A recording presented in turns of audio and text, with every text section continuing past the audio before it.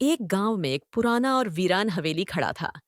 लोग कहते थे कि वहां रात के समय अजीब ओ गरीब आवाजें सुनाई देती थीं। कोई भी रात को उस हवेली के पास नहीं जाता था। एक दिन एक युवक नामक रोहित ने सोच लिया कि वह इस रहस्यमयी हवेली का राज खोलेगा। वह रात को हवेली के पास गया। हवेली के अंदर घुसते ही उसने अजीब सा ठंडा माहौल महसूस किया।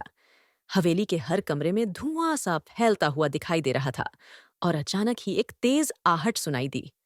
रोहित डरते डरते उस आहट की दिशा में बढ़ा। तभी एक कमरे में उसने देखा कि एक महिला सफेद साड़ी पहने खड़ी थी। उसकी आंखें अंधेरे में चमक रही थीं और चेहरे पर एक डरावनी मुस्कान थी। महिला बोली, तुमने यहाँ क्यों कदम रखा?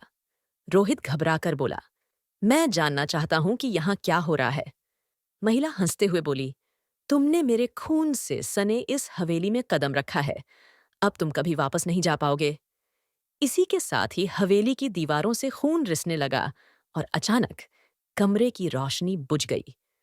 रोहित की चीखें हवेली में गूंज उठीं, लेकिन अगले दिन जब लोग वहां पहुंचे तो हवेली बिल्कुल वीरान थी और रोहित का कहीं कोई पता नहीं चला।